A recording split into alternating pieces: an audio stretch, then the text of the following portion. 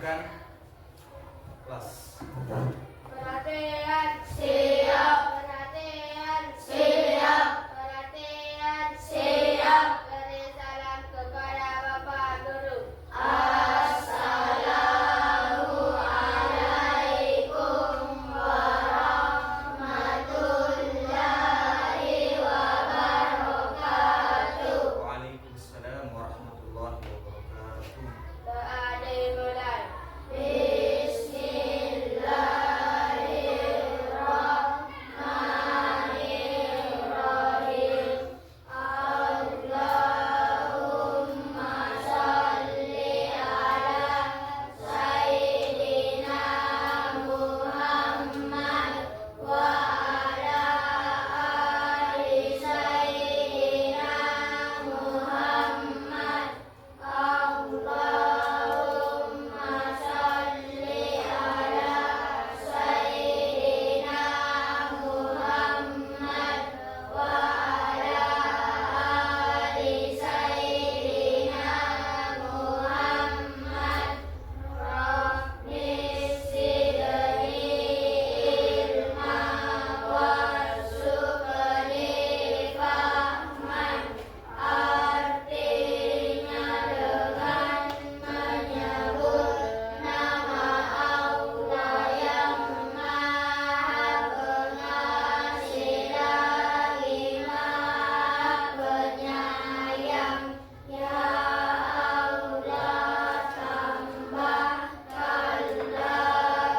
kepadaku ilmu dan berilah aku rezeki berupa pemahaman yang baik. Amin. Bismillahirrahmanirrahim. Dengan menyebut nama Allah yang Maha Pengasih lagi Maha Penyayang. Alhamdulillahi Rabbil Alamin. Segala puji bagi Allah Tuhan semesta alam. Ar-Rahmanir-Rahim. Yang Maha Pengasih lagi Maha Penyayang. Maliki Yaumiddin. Yang menguasai hari pembalasan. Iyyaka na'budu wa iyyaka nasta'in. Hanya kepada Engkaulah kami menyembah dan hanya kepada Engkaulah kami meminta pertolongan. Ihdinas siratal mustaqim. Tunjukkanlah kami jalan yang lurus. Siratal ladzina an'amta alaihim ghairil maghdubi alaihim waladdallin. Yaitu jalan orang-orang yang Engkau beri nikmat atas mereka, bukan jalan orang-orang yang Engkau murkai dan bukan pula jalan orang-orang yang Baik anak-anakku sekalian, setelah kita membaca doa belajar untuk memperkuat lagi profil Pancasila kita di kelas ini, mari kita bersama-sama menyanyikan salah satu lagu wajib nasional, yaitu Garuda Pancasila. Oke, dimulai dari 1, 2, 3. Garuda Pancasila, akulah pendukungmu, patriot proklamasi, setia berkorban untukmu. Pancasila dasar negara, rakyat adil makmur sentosa. Riba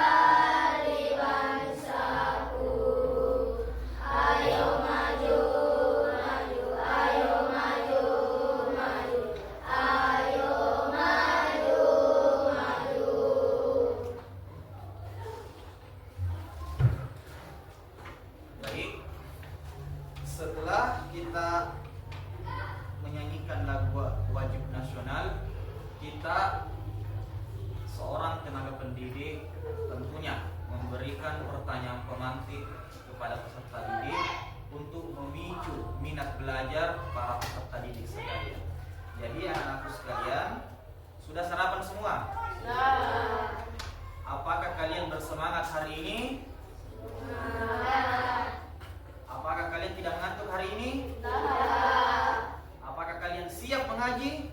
Siap. Apakah kalian siap membaca surah Al-A'la?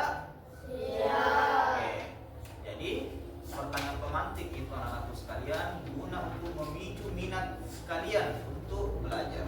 Jadi hendaknya seorang guru, tenaga pengajar pendidik agama Islam itu memberikan pertanyaan pemantik terlebih dahulu agar kita lebih termotivasi lagi untuk belajar, mempelajari, mengkaji apa yang kita bahas pada poin-poin hari ini. Untuk anakku sekalian, setelah kita melewati beberapa tahapan, saya ingin mengabsen terlebih dahulu. Jadi absen ini juga sangat penting anakku sekalian guna menekankan kembali kepada peserta didik bahwa kehadiran itu sangat penting bagi kita. Oke, saya absen. Yang pertama Ahmad Fauzan, Andi Afifah Talita Zahra, pindah. Fajar Pratama, Indah Musfira, Khairul Anwar, Muhammad Arya Burhan, Muhammad Abdan Syahmi, Muhammad Asril Kio, Muhammad Kausar, Muhammad Rifki, Musdalifah, Nurul Izza, Putri Kumalasari, Torik Syaifullah, Umran Said Hanan. Hadir semua ya? Tidak ada yang tidak hadir. Oke, baik. Silahkan anak-anakku sekalian buka halaman 101 bab 6. Mengaji Al-Quran surah Al-A'la. Oke, sebelum kita mengaji atau membaca surah Al-A'la, terlebih dahulu Pak Guru menyampaikan tujuan pembelajaran yang akan kita capai hari ini. Yang pertama itu anak-anakku sekalian perhatikan, membaca Quran surah Al-A'la dengan baik dan benar. Kita dituntut untuk membaca Al-Quran surah Al-A'la secara baik dan benar. Itu tujuan pertama yang harus kita capai pada pertemuan kali ini. Coba buka sebelahnya yang peta konsep. Jadi di situ dalam peta konsep tersebut anak-anakku sekalian coba diperhatikan. Di situ mengaji Quran surah Al-A'la ada tanda panah, kemudian poin pertama adalah membaca. Jadi pada pertemuan kita hari ini kita fokus pada membaca Quran surah Al-A'la. Nanti pada pertemuan berikutnya kita akan menulis surah Al-A'la tersebut. Oke? Silahkan buka lagi halaman berikutnya. Jadi ada sebuah perenungan di sini bahwasanya kitab suci Al-Quran itu merupakan pedoman bagi kehidupan manusia, mulai dari hal-hal yang kecil hingga pada persoalan yang besar. Baik itu mencakup hal-hal yang sangat kecil di hadapan Allah, baik itu persoalan yang besar di hadapan Allah Subhanahu wa taala. Jadi membaca dan mempelajari Al-Quran itu dinilai sebagai ibadah di hadapan Allah Subhanahu wa taala. Man qara harfan min kitabillah, barang siapa yang membaca satu huruf saja dalam Al-Quran, falahu bihi hasanah, dia mendapatkan satu kebaikan. Wal hasanatu bi asri amsalihah, ketika yang satu itu dilipat gandakan menjadi 10 ketika kita membaca Al-Quran. Satu huruf saja yang dibaca ini. La aqulu alif lam mim harfun, kata Nabi. Nabi tidak mengatakan alif lam mim satu huruf, tapi walakin alifun harfun, lam harfun, mim harfun. Alif satu huruf, lam satu huruf, dan mim satu huruf, kata Nabi.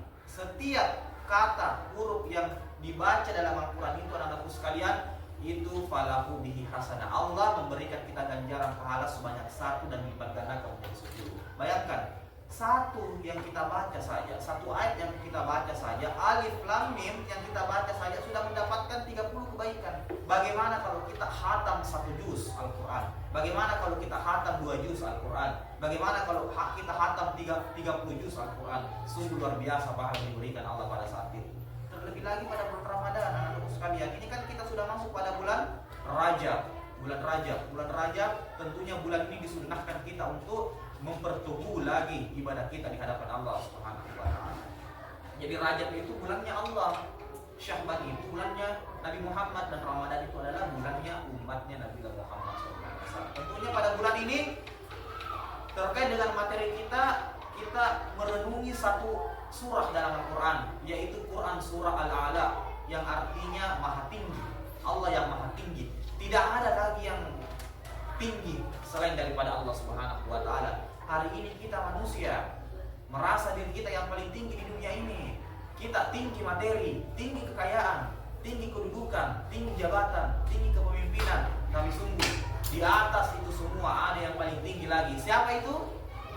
Allah Subhanahu wa taala. Jadi pada pelajaran kali ini kita akan mempelajari Quran surah Al-Alaq, dimulai pada poin membaca terlebih dahulu. Kita memperbaiki dulu bacaan Al-Quran kita seperti apa. Jadi anak-anak sekalian, Al-Quran itu berisi berapa juz? Al-Quran berisi berapa juz? 30 juz. Berapa surah? 114 surah dalam Al-Quran. 114 surah. Dari keseluruhan Al-Quran itu dibaca dengan sebaik-baiknya sesuai dengan kaidah ilmu tajwid dan kaidah makharijul huruf. Nah, ini belakangan masih kita perbaiki. Panjang pendeknya bagaimana cara membaca Al-Quran itu ada ilmunya, anak-anak sekalian. Belajar bahasa saja, bahasa yang sehari-hari kita gunakan bahasa Indonesia. Ada pelajarannya tidak? Ada pelajarannya. Pelajaran bahasa Indonesia. Kita sudah pasti berbahasa Indonesia. Kita sudah lancar berbahasa Indonesia. Terus kenapa lagi kita belajar bahasa Indonesia? Karena sangat penting mempelajari ilmunya terlebih dahulu.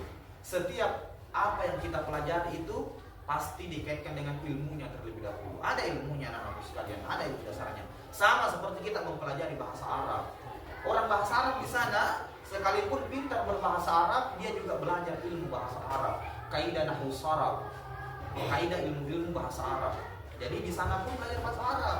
Orang Inggris juga begitu anak-anak sekalian. Orang Inggris yang sudah fasih, yang sudah lancar berbahasa Inggris, dia pun tetap belajar bahasa Inggris. Kenapa? Untuk memperdalam lagi ilmunya tentang ilmu bahasa. Nah, jadi ilmu bahasa itu, tata kelola bahasa yang baik itu harus dipelajari dari dasarnya. Sama dengan Al-Quran anak-anak sekalian. Al-Quran yang diturunkan kepada Nabi Muhammad dari Allah Subhanahu wa taala melalui perantara malaikat Jibril.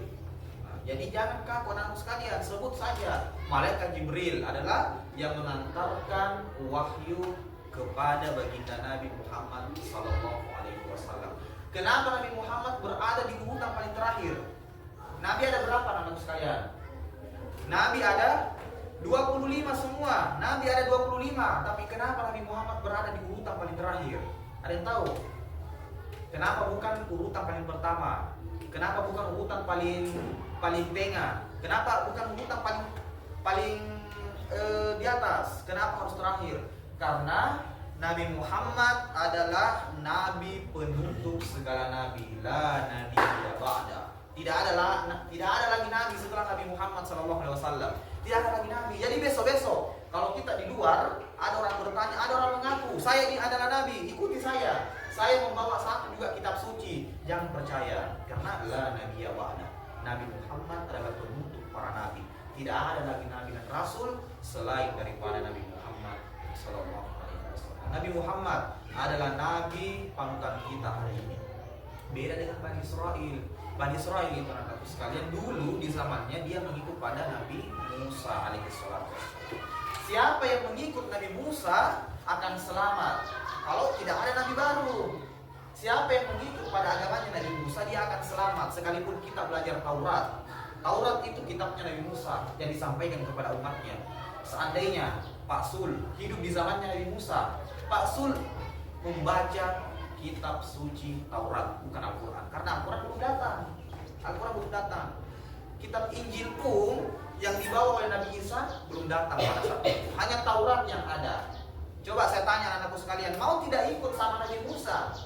Mau ikut? Mau tidak membaca kitab suci Taurat? Mau? Mau membaca kitab suci Taurat? Kalau belum ada kitab baru, belum ada utusan baru dari Allah, kita boleh mengikut pada ajaran itu, ajaran Taurat. Tapi ketika sudah datang agamanya Nabi Isa, agama apa namanya, anak sekalian? Nasrani, Kristen sekarang. Dulu itu Nasrani, nah? Dulu itu Nasrani. Nah, jadi dulu agama Nasrani itu datang setelah agamanya Nabi Musa. Jadi agama Nabi Musa, coba saya tanya lagi anak-anakku sekalian, ada yang masih mau belajar agamanya Nabi Musa sedangkan agama Nasrani sudah ada? berpindah atau tidak? Berpindah kita ke agama yang baru yang dibawa oleh Allah Subhanahu wa taala, yang diberikan kepada utusannya Nabi Isa alaihi salatu wassalam. Jadi Pak Sul yang beragama Taurat itu pada zaman itu berpindah ke agama Nasrani. Pak Sul yang beragama Yahudi di zaman Nabi Musa itu berpindah ketika agama Nasrani sudah ada. Coba saya tanya lagi dan aku sekalian, agama terakhir yang datang belakangan itu agama Islam. Mau tidak berpindah? Mau tidak berpindah? Mau tidak berpindah? Mau? Nah, kita wajib berpindah. Tetap perhatikan Pak Guru. Nah, kita wajib berpindah agama. Kenapa? Karena agama Yahudi, agama Nasrani, agama Islam itu agama samawi. Apa itu agama samawi?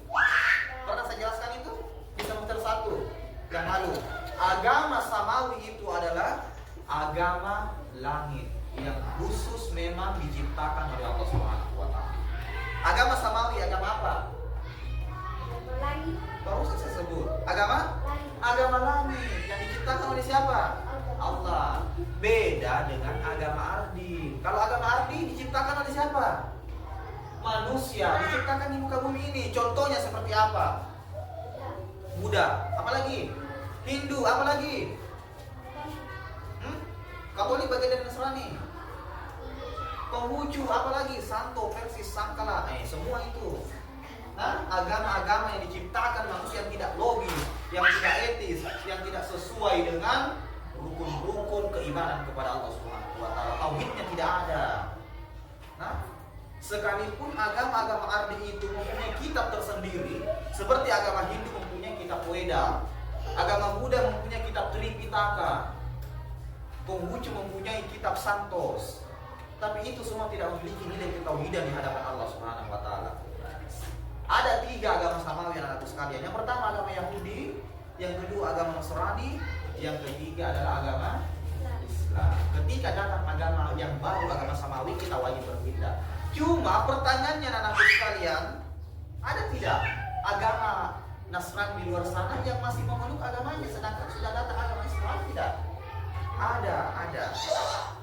Jadi perhatikan ini. Ada sebagian orang di luar sana yang beragama Nasrani tapi tidak mau lagi pindah ke agama yang baru ini. Itu salah satu penyimpangan dalam tauhid. Nah, cukup dalam kelas ini saja. Itu penyimpangan dalam tauhid.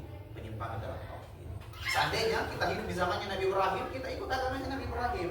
Kalau kita hidup di zamannya Nabi Musa, kita ikut agamanya Nabi Musa. Kalau kita hidup di zamannya Nabi Isa, kita ikut agamanya Nabi Isa. Tapi kita terakhir ini Nabi Muhammad membawa risalah yang utuh di hadapan Allah Subhanahu wa taala. Inna arsalnaka bil haqqi basyira wa nadhira. Nabi Muhammad membawa risalah dari Allah Subhanahu wa taala sebagai ajaran menyempurnakan, ajaran sempurna, ajaran menyempurnakan seluruh agama. Menyempurnakan semua aliran-aliran yang ada di dunia ini. Agama Islam paling terakhir untuk menyempurnakan semua ajaran-ajaran yang ada. Makanya kita ikut agama yang sempurna ini. Kita ikut agama yang terakhir ini, kita ikut agama yang belakangan ini. Makanya anak-anak sekalian, coba saya bertanya, ada tidak yang bersyukur masuk memeluk agama Islam? Ada tidak bersyukur? Bersyukur semua. Bersyukur kita karena memeluk agama Islam. Nah, inna dina indallahil Islam. Sesungguhnya agama yang paling diridhoi di hadapan Allah Subhanahu wa taala adalah agama Islam. Ada tidak agama lain yang diridhoi oleh Allah? Nasrani diridhoi tidak oleh Allah? Dulu diridhoi, tapi semenjak ada Islam, sekarang kita yang lebih diridhoi adalah agama Islam. Nah, baik. Yahudi pun begitu juga. Dulu memang diridhoi oleh Allah Subhanahu wa taala, tapi dia sudah kadaluarsa. Nah, banyak sekali orang yang mengubah kitabnya sendiri setelah kematian Nabi. Setelah wafat Nabi-nya, banyak yang mengubah kitabnya sendiri. Bayangkan, kitab Injil saja, kitabnya Nasrani saja, kitab Kristen saja, itu dirubah kitabnya sendiri oleh orang-orang yang tidak bertanggung jawab di sana, bukan di sini. Jadi sebagian itu dia melakukan perjanjian lama, itu kitab Injil asli. Kemudian dia buat lagi perjanjian baru, di situ sudah dicampur-campur dengan bahasa manusia. Hari ini saya bertanya anak-anakku sekalian, ada tidak satu orang yang bisa merubah Quran? Ada tidak?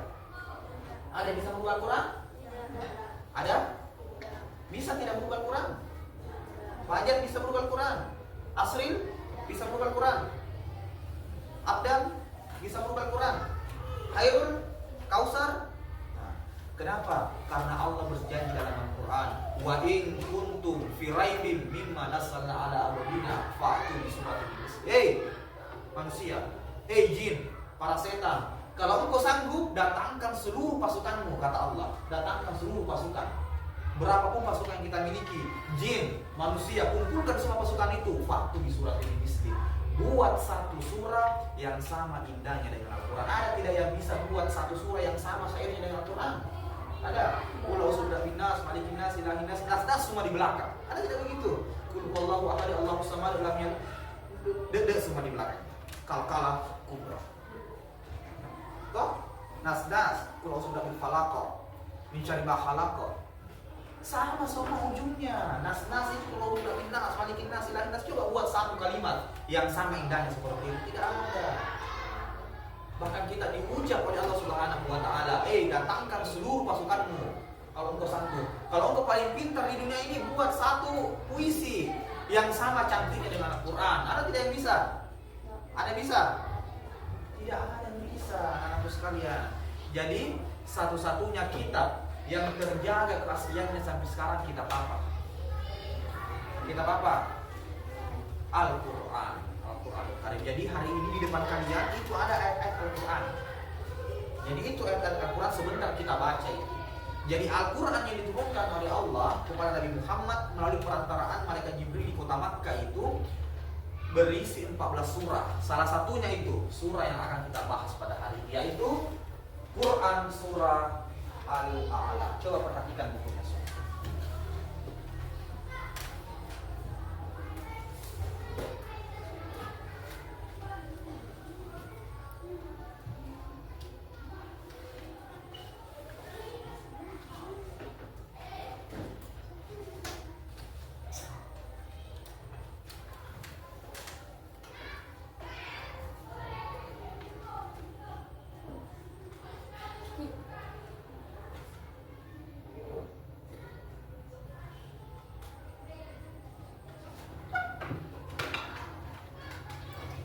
Jadi, anak-anak sekalian,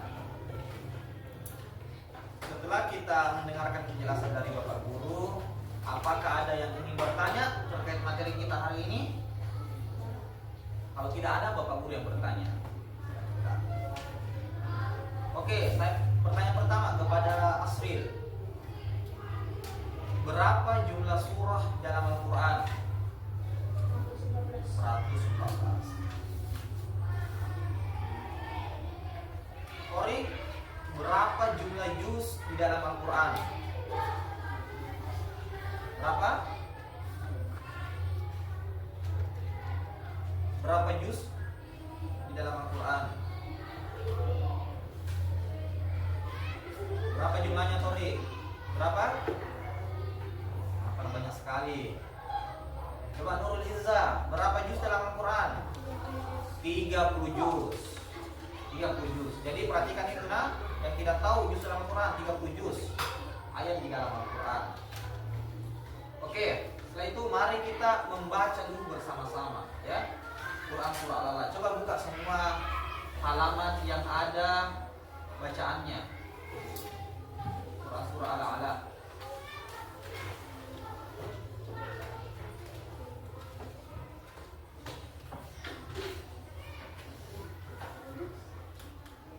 Dapat semua? Oke, mari kita membaca bersama-sama, ya. Bisa buka dulu.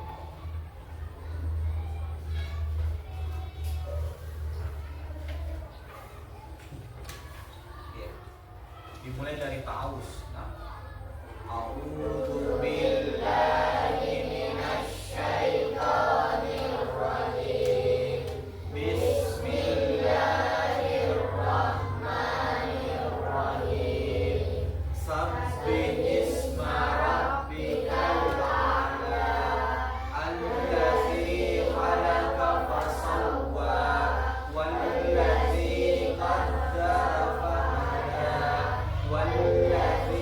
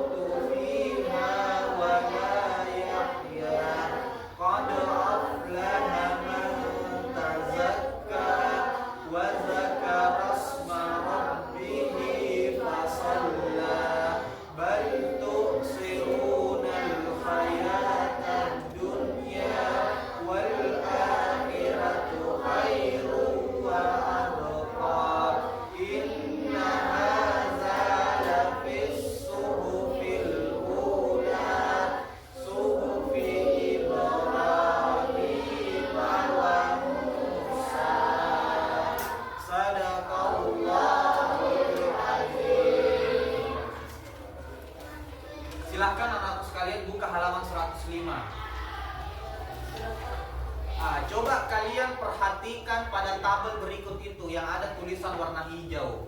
Jadi di situ tabel yang hijau itu ada bacaan yang benar, ada kesalahan yang sering dibaca. Jadi bacaan yang benar itu anak-anakku sekalian, sabbihisma rabbikal a'la. Sedangkan yang sering kita baca salah yaitu sabbihisma rabbikal a'la. Jadi dia pakai alif. Nah, sedangkan yang benar itu sabbihisma rabbikal a'la, ain, a'la. Kemudian kita tidak boleh menambah huruf hamzah ketika berhenti di akhir ayat. Jadi kita tidak boleh menambah begitu. Sabbihisma rabbikal a'la. Sabbihisma rabbikal a'la.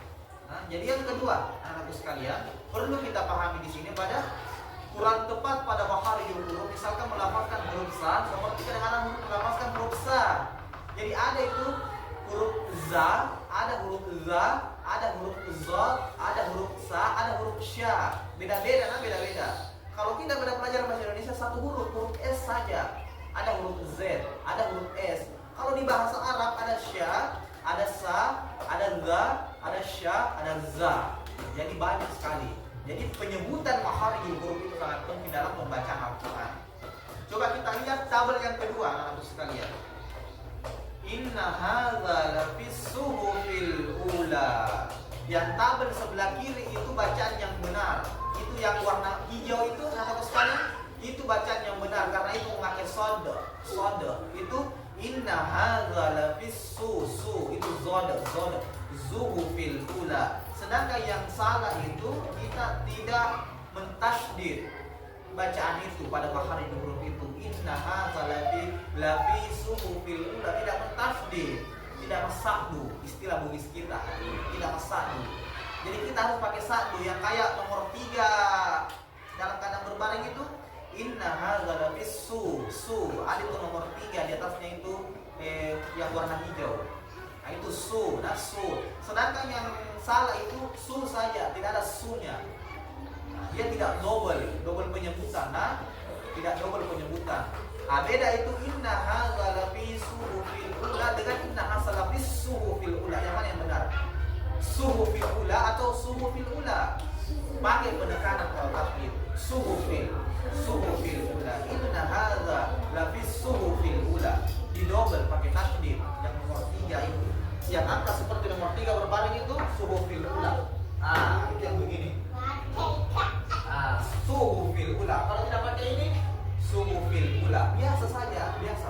Inna hadza lafi suhufil ula. Biasa saja. Yang benar itu inna hadza lafi suhufil ula. Pakai penekanan tasydid. Oke, perhatikan lagi anak sekalian. Kemudian selain itu perlu kita ketahui di sini bahwasanya ketika membaca Quran surah Al-A'la itu kita harus memperhatikan bagaimana cara melafazkan huruf yang benar. Seperti halnya kalimat basmalah, anak sekalian. Bismillahirrahmanirrahim. Pakai penekanan, di double. R-nya itu double, double R, double ra tasydid di situ.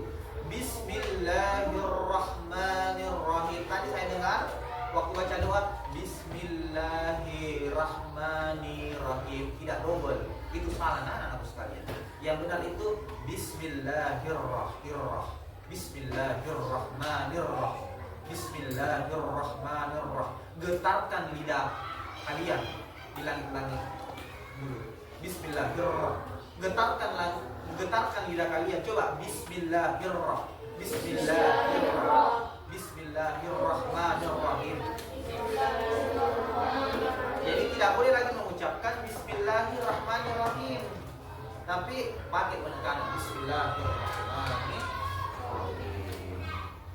Jadi di sini anak sekalian, sangat fatal apabila kita membaca makharijul huruf, membaca huruf dalam Al-Quran itu kita mengaji, kalau kita beda huruf, salah arti, berdosa kita. Kalau kita salah membaca huruf, seharusnya huruf shad, kita baca huruf sa, itu salah arti, berdosa. Nah, jadi Al-Quran itu salah huruf, salah arti, berdosa. Salah penyebutan, salah arti, berdosa kita yang membaca Al-Quran. Seperti halnya pertama, coba buka halaman 106. Coba kalian lihat yang pertama itu, fahada.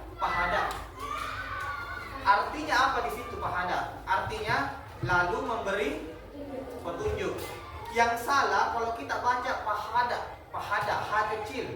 Seharusnya dia pakai H besar yang kayak nomor 8 itu. Yang kayak nomor 8 itu H besar. Pahada, H besar. Halompo. Nah, halompo bukan H kecil. Sedangkan yang di bawah itu yang ada tulisan merahnya itu H yang kecil, H yang salah. Makanya kalau kita baca pahada, H yang kecil, maka artinya apa? Mendorong dan menolak. Mau tidak kita mendorong tingginya Allah? Mau tidak kita mendorong Rasulullah? Tidak mau kan? Makanya kita baca H besar, pahada. Artinya memberi petunjuk. Allah yang memberikan petunjuk kepada kita, bukan pahada. Tidak boleh pahada, itu salah artinya. Nah, kemudian yang kedua, coba perhatikan yang kedua. Yang kedua itu menggunakan huruf ho, bukan ha. Ho, akhrajal mar'a. Apa artinya akhrajal? Yang benar, dia telah mengeluarkan. Sedangkan kalau kita pakai ha biasa, akhrajal, berarti apa artinya? Dia telah menyusahkan kita. Allah menyusahkan kita. Sedangkan yang benar itu adalah menggunakan kalimat kho, akhrajal mar'a. Itu salah satu contohnya anak-anak sekalian. Jadi setelah itu coba kalian perhatikan halaman 107. Di ayo berlatih. Jadi Bapak Guru meminta di sini anakku sekalian, yang pertama, minimal 3 orang teman menyimak kalian membaca Quran surah Al-Alaq. Jadi tugas kalian hari ini anakku sekalian, tugas kalian adalah membaca surah Al-Alaq sesuai dengan kaidah tajwid dan sesuai dengan kaidah makharijul huruf, sesuai dengan penyebutan yang benar. Tidak boleh kita membaca salah-salah Al-Quran. Ada ilmunya anakku sekalian, ada ilmunya. Kemudian yang kedua, tugas kalian yang kedua adalah mintalah teman kalian untuk memberikan nilai sesuai dengan hasil bacaan kalian. Jadi sebentar kalian itu problem kalian adalah bagaimana cara membaca Al-Quran dengan baik dan benar, sesuaikan dengan Quran surah Al-Alaq itu. Jadi metode pembelajaran kita ini akan problem-based learning. Kita artinya mengeluarkan masalah apa yang kalian keluarkan pada bacaan itu. Kemudian teman kalian yang menilai bagaimana baiknya bacaan kalian. Nanti setelah itu kita menyetor satu persatu di meja guru. Jadi sebentar Bapak Guru akan mendengarkan bacaan Quran surah Al-Alaq kalian. Apakah memang sesuai dengan kaidah tajwid atau tidak? Apakah memang sesuai kaidah makharijul huruf atau tidak? Intinya semua akan dites melalui tugas kalian. Jadi anak-anakku sekalian, silahkan persiapkan pulpennya, kemudian bukunya, lalu kalian mengerjakan tugas secara tenang, tidak boleh menyontek. Oke, kalian membaca dulu. Membaca dalam hati dulu itu Quran surah Al-Alaq. Baca dalam hati dulu, kemudian kalian setor kepada temannya, setor kepada teman sebangkunya sendiri. Kemudian teman kalian akan memberikan penilaian terhadap bacaan kalian. Oke. Jadi anak-anakku sekalian, setelah kita mengerjakan tugas, kita menghadap ke Bapak Guru. Kita ujian lisan, menghadap secara lisan kepada di hadapan Bapak Guru. Nanti setelah itu kita berikan evaluasi, kita berikan penilaian, kita berikan bagaimana cara membaca Al-Quran dengan baik dan benar.